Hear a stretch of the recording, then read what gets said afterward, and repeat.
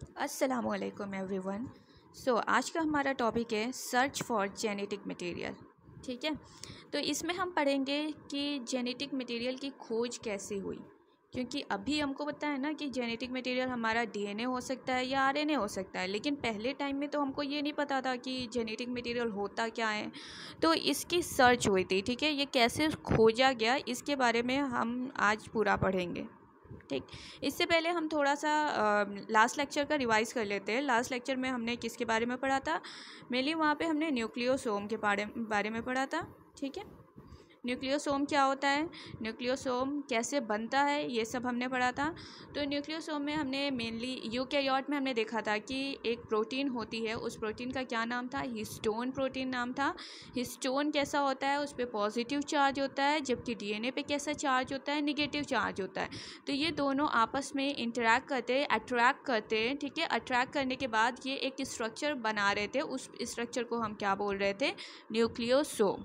ठीक, अब नेक्स्ट हम अपना नया टॉपिक आज स्टार्ट करते हैं।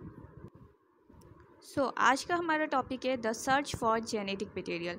तो कैसे हमारे जेनेटिक मटेरियल की खोज हुई। ठीक, क्योंकि अभी तो हमें पता है कि हाँ हमारा जेनेटिक मटेरियल डीएनए है कि आरएनए है। ठीक है, लेकिन पहले हमें ये नहीं पता था कि हमारा जेनेटिक मटेरियल है क्या।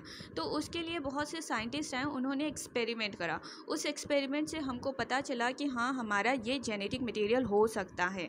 तो डीएनए जो है हमारा जेनेटिक मटेरियल होता है ह्यूमन के केस में। ठीक, और इसको डिस्कवर करने में काफ़ी लंबा टाइम लगा और इसको प्रूव करने में तो और ही टाइम लगा।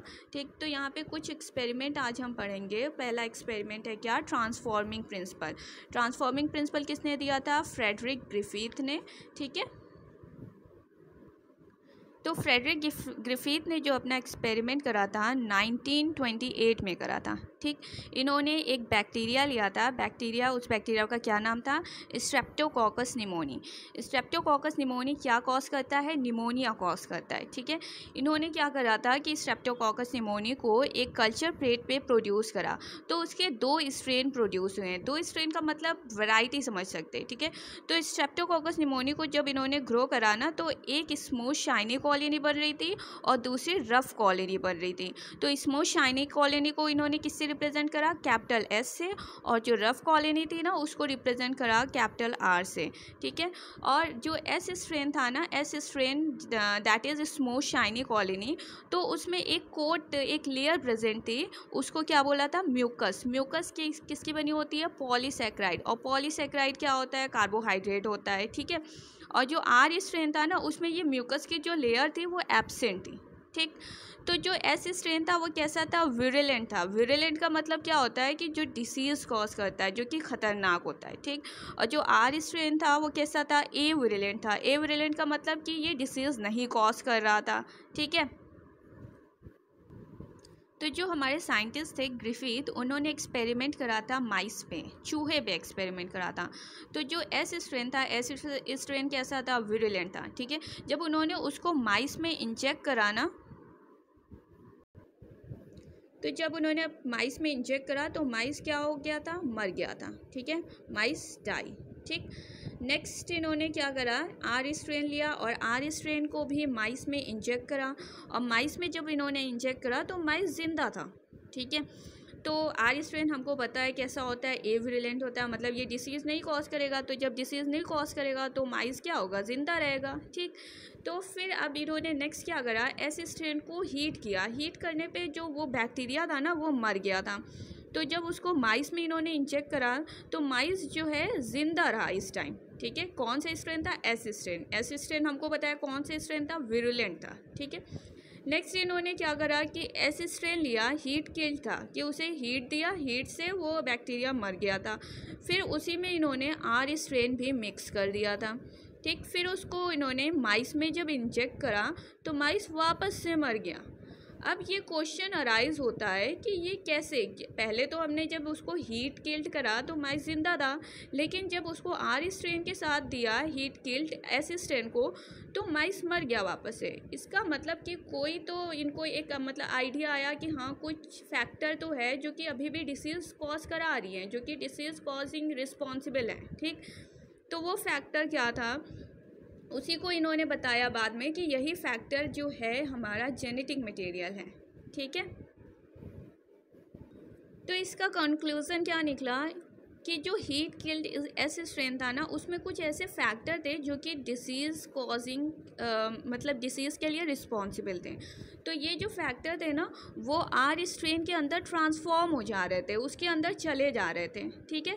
तो जो आर स्ट्रेन कैसा था, ए विरुलेंट था, तो उसमें कुछ फैक्टर ऐसे आ गए कि उसको किस में कन्वर्ट कर दिया, विरुलेंट में कन्वर्ट कर दिया, और उसको कौन सा स्ट्रेन बना दिया, एस स्ट्रेन बना दिया। तो ये जो फैक्टर था ये क्या हो सकता है, इन्होंने बताया कि यही हमारा क्या है, जेनेटिक मटेरियल होगा, ठीक है।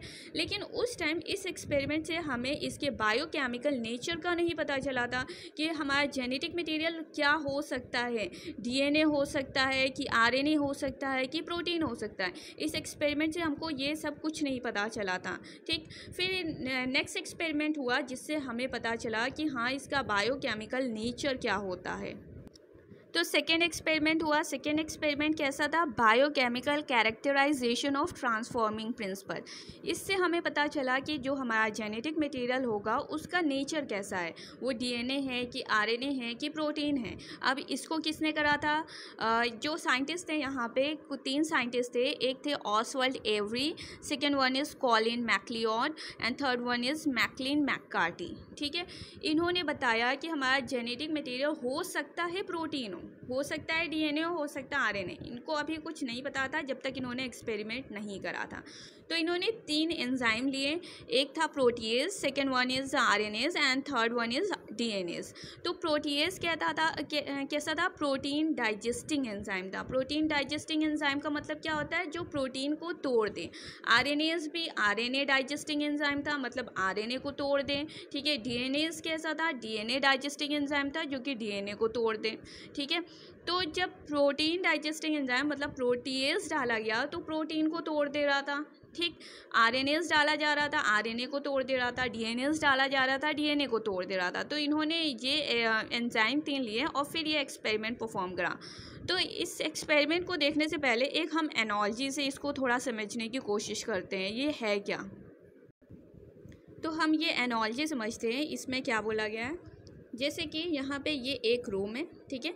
यहाँ पे 3 दोस्त रह रहे हैं। एक कौन है, डीएनए है, second one is RNA and third क्या है, प्रोटीन है, ठीक है। इनको बोला गया कि आपको इसी रूम में रहना, ठीक, इसी रूम में रहना है। लेकिन इसमें से एक इनका दोस्त कहा नहीं, हम दूसरे रूम में जाके देखते क्या होता है। तो इनका एक दोस्त जो है सेकेंड रूम में चला जाता है, ठीक है। लेकिन हमको ये नहीं पता चल रहा है कि उसमें से तीनों में से जा कौन रहा है। तो क्या करा इन्होंने, फर्स्ट एक्सपेरिमेंट इन्होंने आरएनए पे करा। इन्होंने आरएनएज एंजाइम लिया और उसको आरएनए पे डाला। तो क्या हुआ, आरएनए टूट गया। फिर लेकिन तब भी देखा कि सेकेंड रूम में अभी भी कोई जा रहा है, तो इसका मतलब आरएनए तो नहीं था, ठीक है। फिर सेकेंड इन्होंने प्रोटीएज लिया। प्रोटीएज क्या कर रहा था, प्रोटीन को तोड़ दे रहा था। तो जब प्रोटीन भी टूट गया लेकिन अभी भी देखा जा रहा था कि सेकेंड रूम में अभी भी कोई जा रहा है, तो इसका मतलब प्रोटीन भी नहीं था। फिर थर्ड लिया डीएनएज, जो कि डीएनए को तोड़ दे रहा था। तो जैसे ही डीएनए को तोड़ रहा ना, यहाँ पे सेकेंड रूम में देखा कि कोई नहीं जा रहा, इसका मतलब कौन था, डीएनए था। डीएनए ही इधर से उधर ट्रांसफ़र हो रहा था, ठीक है। सो अब हम अपना एक्सपेरिमेंट देखते हैं। जब हमने प्रोटीएज दिया तो प्रोटीएज क्या कर रहा था, प्रोटीन को तोड़ रहा था, ठीक। ये प्रोटीन को तोड़ रहा था, लेकिन अभी भी क्या है, जो आर स्ट्रेन है वो किस में कन्वर्ट हो जा रहा है, एस स्ट्रेन में, मतलब ए विरुलेंट में कन्वर्ट हो रहा है। क्योंकि हमें पता है क्या यहाँ पे ट्रांसफ़र हो रहा है, डीएनए ट्रांसफ़र हो रहा है, ठीक है। आरएनए जब दिया तो वो आरएनए को तोड़ रहा था। अभी भी क्या हो रहा है, यहाँ पे ट्रांसफॉर्मेशन हो रहा है। आर किस में कन्वर्ट हो जा रहा है, एस स्ट्रेन में कन्वर्ट हो रहा है। फिर थर्ड जब हमने डीएनए दिया ना, वो डीएनए को तोड़ दे रहा था। तो ये जो आर स्ट्रेन है अब नहीं कन्वर्ट हो पाया एस में, मतलब यहाँ पे ट्रांसफॉर्मेशन इनहिबिट हो गया, रुक गया। तो इससे हमें कॉन्क्लूज़न क्या पता चला कि डीएनए ही हमारा क्या है, हेरिडिटरी मटेरियल है। लेकिन अभी भी जितने बहुत से बायोलॉजिस्ट हैं जो कि इस बात से कन्विंस नहीं हुए थे कि डीएनए ही हमारा जेनेटिक मटेरियल है या हेरिडिटरी मटेरियल है। तो इसके लिए फिर नेक्स्ट दूसरा एक्सपेरिमेंट करना पड़ा, ठीक है। थर्ड जो हमारा एक्सपेरिमेंट था वो क्या था, the genetic material is DNA, कि हमारा जेनेटिक मटेरियल क्या है, डीएनए ही है। इसको किसने करा था, कौन से साइंटिस्ट थे, एल्फ्रेड हर्शी और मार्था चेज ने करा था। ठीक है, इन्होंने किस पे काम करा था, इन्होंने एक वायरस लिया था जो कि वो बैक्टीरिया को इन्फेक्ट करता है। तो ऐसे वायरस को क्या बोलते हैं, बैक्टीरियोफाज। ठीक, जो कि बैक्टीरिया को इन्फेक्ट कराता है, ऐसा वायरस, इस वायरस को क्या बोलेंगे, बैक्टीरियोफाज। ठीक है, तो इन्होंने डिस्कवर करा, क्योंकि बैक्टीरियोफाज में पहले हम जान लेते हैं क्या चीज़ प्रेजेंट होती है। बैक्टीरियोफाज, ये एक बैक्टीरियोफाज है। ठीक, इसमें एक प्रोटीन कैप्सूल है, जो कि ये आउटर जो लेयर पर है ना, ये प्रोटीन की बनी होती है, और इसके अंदर सिर्फ ये एक जेनेटिक मटेरियल होता है जो कि डीएनए है। ये इसका हेड पार्ट हो गया और ये इसका टेल पोर्शन हो गया।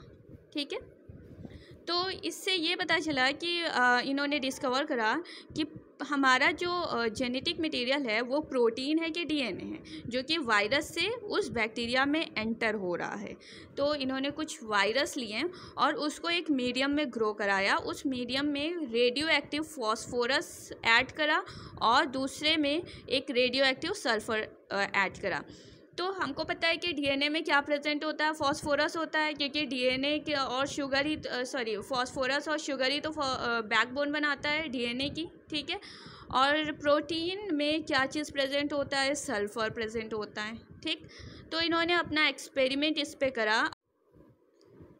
हर्शी एंड चेज ने एक्सपेरिमेंट करा बैक्टीरियोफाज पे। बैक्टीरियोफाज को इन्होंने ग्रो करवाया मीडियम में। तो एक मीडियम में इन्होंने क्या करा, रेडियो एक्टिव फॉस्फोरस रखा और दूसरे मीडियम में क्या करा, रेडियो एक्टिव सल्फ़र था। ठीक, तो रेडियो एक्टिव सल्फ़र किसका कॉन्स्टिट्यूएंट होता है, प्रोटीन का कॉन्स्टिट्यूएंट होता है, और फॉस्फोरस किसका कॉन्स्टिट्यूएंट होता है, डीएनए का होता है। ठीक है, तो जब ये बैक्टीरियोफाज ना बैक्टीरिया पे अटैक करा तो इसमें से सिर्फ जेनेटिक मटेरियल ही बैक्टीरिया के अंदर जा सकता था। तो इसका जेनेटिक मटेरियल तो रेडियो एक्टिव लेबल नहीं था, सिर्फ प्रोटीन ही लेबल था।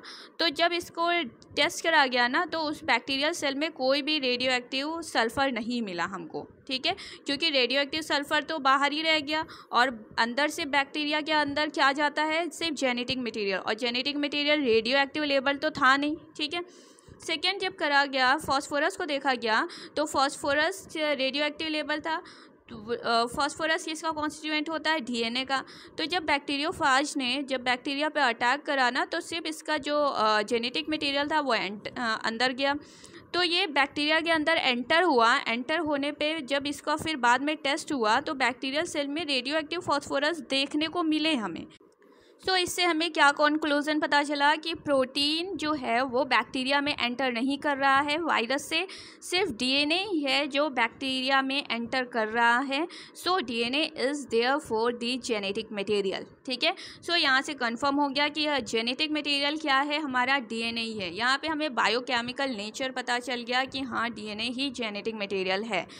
सो हम यहाँ पे देखते हैं कि जेनेटिक मटेरियल की प्रॉपर्टीज़ क्या होती हैं। ठीक है, तो यहाँ पे डीएनए वर्सेस आरएनए हम देखेंगे। यहाँ पे जेनेटिक मटेरियल होने के लिए कुछ यहाँ पे क्राइटेरिया होते हैं जो कि फुलफ़िल करना बहुत ज़रूरी है। तो फर्स्ट क्या है कि जेनेटिक मटेरियल के अंदर ऐसी प्रॉपर्टी होनी चाहिए कि वो खुद को रेप्लिकेट कर सके। ठीक है, अपनी जैसे कॉपी बना सके। ठीक, सेकेंड वन क्या होना चाहिए कि वो स्टेबल होना चाहिए। स्टेबल का मतलब ये नहीं कि इन्वायरमेंट में कुछ थोड़ा सा चेंज हुआ और वो अपने आप को चेंज कर लिया, ऐसा नहीं, स्टेबल होना चाहिए। ठीक है, थर्ड वन क्या है कि it should provide the scope for slow changes mutation, मतलब कि ये जो है थोड़ा थोड़ा चेंज हो, म्यूटेशन हो, कि वो इवोल्यूशन के लिए, क्योंकि ये बहुत ज़रूरी है। ठीक है, धीरे धीरे चेंज हो, ये नहीं कि एकदम से चेंज हो जाए। ठीक, फोर्थ क्या होगा कि इसके अंदर एक एबिलिटी हो कि ये अपने कैरेक्टर को एक्सप्रेस कर सके। ठीक है, तो आरएनए क्या है, RNA can directly code for protein. RNA से प्रोटीन बनता है, दैट इज़ इस प्रोसेस को हम क्या बोलते हैं, ट्रांसलेशन। ठीक है, तो आरएनए जो है बहुत ही आसानी से अपने कैरेक्टर को एक्सप्रेस कर सकता है। ठीक है, तो यहाँ ये पता चला कि डीएनए और आरएनए दोनों के दोनों एक जेनेटिक मटेरियल हो सकते हैं, लेकिन डीएनए जो है काफ़ी स्टेबल होता है, इस वजह से वो जो है हमारे में डीएनए ही as a genetic material present होता है। ठीक, एक क्वेश्चन अराइज होता है कि आरएनए और डीएनए में से सबसे पहला जेनेटिक मटेरियल कौन सा होगा। तो आरएनए और डीएनए में से सबसे पहला जेनेटिक मटेरियल जो था वो आरएनए था। ठीक है, आरएनए जो है सबसे पहला जेनेटिक मटेरियल था। इसमें थोड़ा थोड़ा क्या हुआ, चेंज हुआ, केमिकल मॉडिफिकेशन हुए आरएनए में, फिर इससे डीएनए इवॉल्व हुआ और डीएनए फिर अपने आप को इसने स्टेबल करा। ठीक है, तो आज के लिए बस इतना ही। अगर आपको ये लेक्चर यूज़फुल लगा हो तो please subscribe my channel, like this video and share this video with your friends. Thank you so much.